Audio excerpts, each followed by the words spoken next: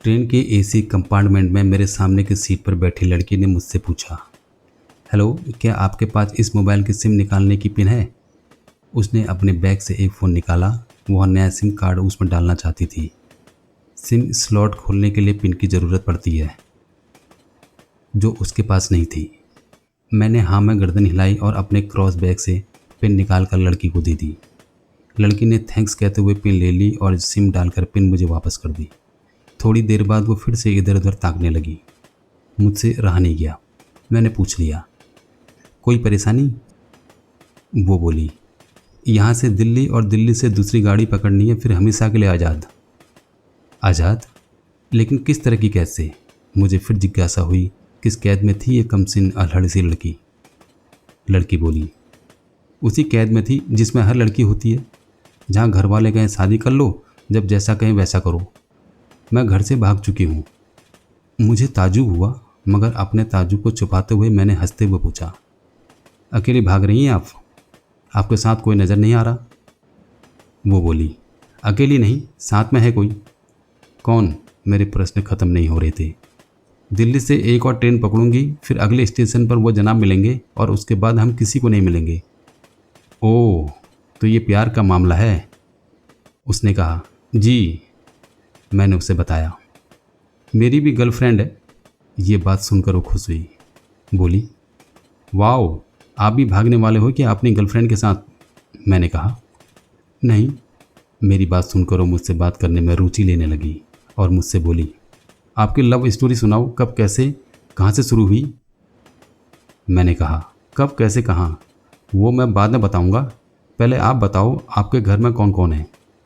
उसने होशियारी बरतते हुए कहा, वो मैं आपको क्यों बताऊं? मेरे घर में कोई भी हो सकता है। मेरे माँ बाप, भाई बहन, या हो सकता है भाई ना हो, सिर्फ बहना हो, या ये भी हो सकता है कि बहना ना हो और दो चार गुस्सा करने वाले बड़े भाई हों। मतलब मैं आपका नाम भी नहीं पूछ सकता? मैंने काउंटर मारा। वो बोली, कुछ भी नाम हो सकता है मेरा, टीना, मीना, रीना, कुछ भी। बहुत बातूनी लड़की थी वो। थोड़ी इधर उधर की बातें करने के बाद उसने मुझे टॉफ़ी दी, जैसे छोटे बच्चे देते हैं क्लास में। वो बोली, आज मेरा बर्थडे है। मैंने उसकी हथेली से टॉफ़ी उठाते हुए बधाई दी और पूछा, कितने साल की हो गई हो? वो बोली, 18। मैंने कहा, मतलब भागकर शादी करने की कानूनी उम्र हो गई है आपकी? वो हंसी। कुछ ही देर में काफ़ी फ्रैंक हो चुके थे हम दोनों, जैसे बहुत पहले से जानते हों एक दूसरे को। मैंने उसे बताया, मेरी उम्र 24 साल है, यानी 6 साल बड़ा हूँ। उसने चुटकी लेते हुए कहा, लग तो नहीं रहे हो। मैं मुस्कुरा दिया। मैंने उससे पूछा, तुम घर से भागकर आई हो, तुम्हारे चेहरे पर चिंता के निशान जरा भी नहीं है। इतनी बेफिक्री मैंने पहली बार देखी। खुद की तारीफ सुनकर वो खुश हुई। फिर बोली, मुझे उन जनाब ने, मेरे लवर ने पहले से ही समझा दिया था कि जब घर से निकलो तो बिल्कुल बिंदास रहना, घर वालों के बारे में बिल्कुल मत सोचना, बिल्कुल अपना मूड ख़राब मत करना, सिर्फ मेरे और हम दोनों के बारे में सोचना। और मैं वही कर रही हूँ। मैंने फिर चुटकी ली और कहा, उसने तुम्हें मुझ जैसे अनजान मुसाफिरों से दूर रहने की सलाह नहीं दी? उसने हंसकर जवाब दिया, शायद वो भूल गया होगा बताना। मैंने उसकी प्रेमी की तारीफ करते हुए कहा, वैसे तुम्हारा बॉयफ्रेंड काफ़ी टैलेंटेड है। उसने किस तरह से तुम्हें अकेले घर से रवाना किया, नई सिम और मोबाइल दिया, 2 ट्रेन बदलवाई ताकि कोई ट्रैक ना कर सके। Very talented person. लड़की ने हामी भरी, बोली, बहुत टैलेंटेड हैं वो, उसके जैसा कोई नहीं। मैंने कहा, वेरी इंप्रेसिव। मैं मुस्कुराकर खिड़की की तरफ दिखने लगा।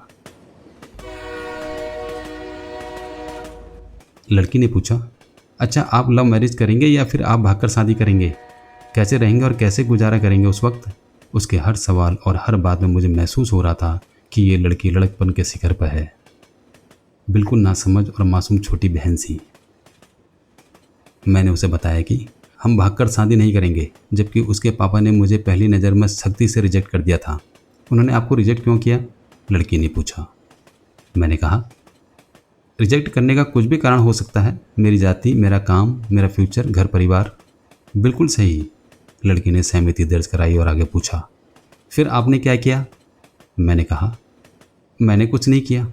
उसके पिता ने रिजेक्ट कर दिया, वहीं से मैंने अपने बारे में अलग से सोचना शुरू कर दिया था। खुशबू ने मुझसे कहा कि भाग चलते हैं। मेरी गर्लफ्रेंड का नाम खुशबू है। मैंने 2 टूक मना कर दिया। वो 2 दिन तक लगातार जोर देती रही कि भाग चलते हैं। मैं मना करता रहा। मैंने उसे समझाया, भागने वाले जोड़े में लड़के की इज्जत पर कोई खास फर्क नहीं पड़ता, जबकि लड़की के पूरे कुल की इज्जत धुल जाती है। भगाने वाला लड़का उसके दोस्तों में हीरो माना जाता है, लेकिन उसके विपरीत जो लड़की प्रेमी संग भाग रही है वो उल्टा कहलाती है। मोहल्ले के लड़के उसे चालू कहते हैं। बुराइयों के तमाम शब्दकोश लड़की के लिए इस्तेमाल किए जाते हैं। भागने वाली लड़की आगे चलकर 60 साल की वृद्धा भी हो जाएगी, तब भी जवानी में किए उस कांड का कलंक उसके माथे पर से नहीं मिटता। मैं मानता हूँ कि लड़का लड़की को तोलने का यह दोहरा मापदंड गलत है, लेकिन हमारे समाज में है तो यही। ये नज़रिया गलत है, मगर सामाजिक नज़रिया यही है। वो अपने नीचे का होंठ दांतों तले पीसने लगी। उसने पानी की बोतल का ढक्कन खोलकर एक घूंट पिया। मैंने कहा, अगर मैं उस दिन उसे भगा ले जाता तो उसकी माँ तो शायद कई दिनों तक पानी भी ना पीती। इसलिए मेरी हिम्मत ना हुई कि ऐसा काम करूं। मैं जिससे प्रेम करूं उसके माँ बाप मेरे माँ बाप के समान ही हैं, चाहे शादी ना हो तो ना हो। कुछ पल के लिए वो सोच में पड़ गई,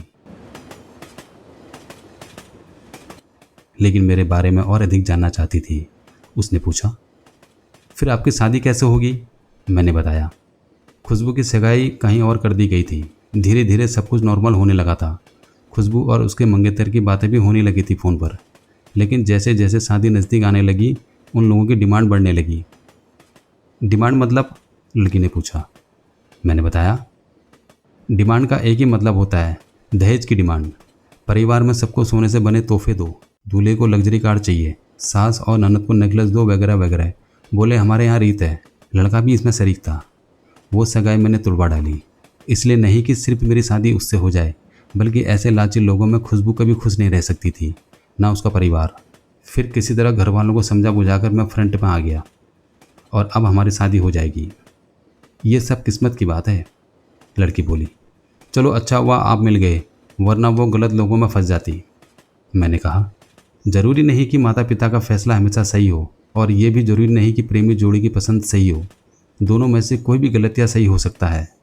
काम की बात यहाँ ये है कि कौन ज़्यादा वफादार है। लड़के ने पानी का घूंट लिया और मैंने भी। लड़की ने तर्क दिया, हमारा फैसला गलत हो जाए तो कोई बात नहीं, उन्हें गलानी नहीं होनी चाहिए। मैंने कहा, फैसला ऐसा हो जो दोनों का हो, बच्चों और माता पिता दोनों की सहमति, वो सबसे सही है। बुरा मत मानना, मैं कहना चाहूँगा कि तुम्हारा फैसला तुम दोनों का है, जिसमें तुम्हारे पेरेंट्स शामिल नहीं है, ना ही तुम्हें इश्क का असली मतलब पता है भी। उसने पूछा, क्या है इश्क का सही अर्थ? मैंने कहा, तुम इश्क में हो, तुम अपना सब कुछ छोड़कर चली आई। ये सच्चा इश्क है। तुमने दिमाग पर जोर नहीं दिया, ये इश्क है। फ़ायदा नुकसान नहीं सोचा, ये इश्क है। तुम्हारा दिमाग दुनियादारी के फितूर से बिल्कुल खाली था। उस खाली जगह में इश्क का फितूर भर दिया गया। जिन जनाब ने इश्क को भरा, क्या वो इश्क में नहीं है? यानी तुम जिसके साथ जा रही हो वो इश्क में नहीं, बल्कि होशियारी, हीरोगिरी में है। यदि वो इश्क में होता तो वो इतनी प्लानिंग नहीं कर पाता, 2 ट्रेनें नहीं बदलवाता, उसका दिमाग इतना काम ही नहीं कर पाता। कोई कहे मैं आशिक हूँ और वो सातिर भी हो, ये नामुमकिन है। मजनू इश्क में पागल हो गया था, लोग पत्थर मारते थे उसे। इश्क में उसकी पहचान तक मिट गई। उसे दुनिया मजनू के नाम से जानती है, जबकि उसका असली नाम कैस था, जो इस्तेमाल नहीं किया जाता। वो सातिर होता तो कैस से मजनू ना बन पाता। फरहाद ने सीरी के लिए पहाड़ों को खोदकर नहर निकाल डाली थी, और उसी नहर में उसका लोभा था। वो इश्क था। इश्क में कोई फ़कीर हो गया, कोई जोगी हो गया, किसी मांझी ने पहाड़ तोड़कर रास्ता निकाल लिया। किसी ने अतिरिक्त दिमाग नहीं लगाया, चालाकी नहीं की। लालच, हवस और हासिल करने का नाम इश्क नहीं है। इश्क समर्पण करने को कहते हैं, जिसमें इंसान सबसे पहले खुद का समर्पण करता है, जैसे तुमने किया। लेकिन तुम्हारा समर्पण हासिल करने के लिए था, यानी तुम्हारे इश्क में लालच की मिलावट हो गई। लड़की अचानक खोसी गई। उसकी खिलखिलाहट और बचपना एकदम से खामोशी में बदल गया। मुझे लगा मैं कुछ ज़्यादा ही भूल गया। फिर भी मैंने जारी रखा। मैंने कहा, प्यार तुम्हारे पापा तुमसे करते हैं। कुछ दिनों बाद उनका वजन आधा हो जाएगा। तुम्हारी माँ कई दिनों तक खाना नहीं खाएगी, ना पानी पिएगी, जबकि आपको अपने आशिक को आजमा कर देख लेना था। ना तो उसकी सेहत पर फर्क पड़ता, ना दिमाग पर। वो अक्लमंद है, अपने लिए अच्छी सोच लेता है। आजकल गली मोहल्ले के हर तीसरे लौंडे लपाटे को जो इश्क हो जाता है, वो इश्क नहीं है, वो सिनेमा जैसा कुछ है। एक तरह की स्टंटबाजी, डेयरिंग, अलग कुछ करने का फितूर, और कुछ नहीं। लड़के का चेहरे का रंग बदल गया। ऐसा लग रहा था वो अब यहाँ नहीं है। उसका दिमाग किसी अतीत में टहलने निकल गया है। मैं अपने फ़ोन को स्क्रॉल करने लगा। लेकिन मन की इंद्री उसकी तरफ थी।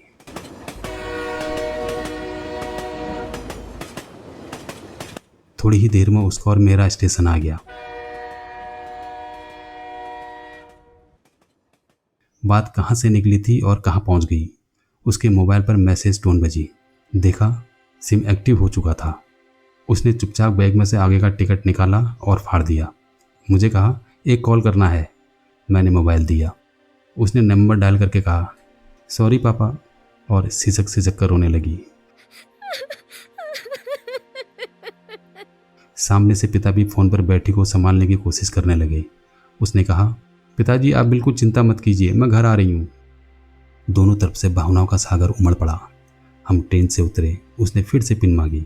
मैंने पिन दी। उसने मोबाइल से सिम निकाल कर तोड़ दी और पिन मुझे वापस कर दी और वहीं स्टेशन में बैठकर वापस जाने वाली ट्रेन का इंतज़ार करने लगी।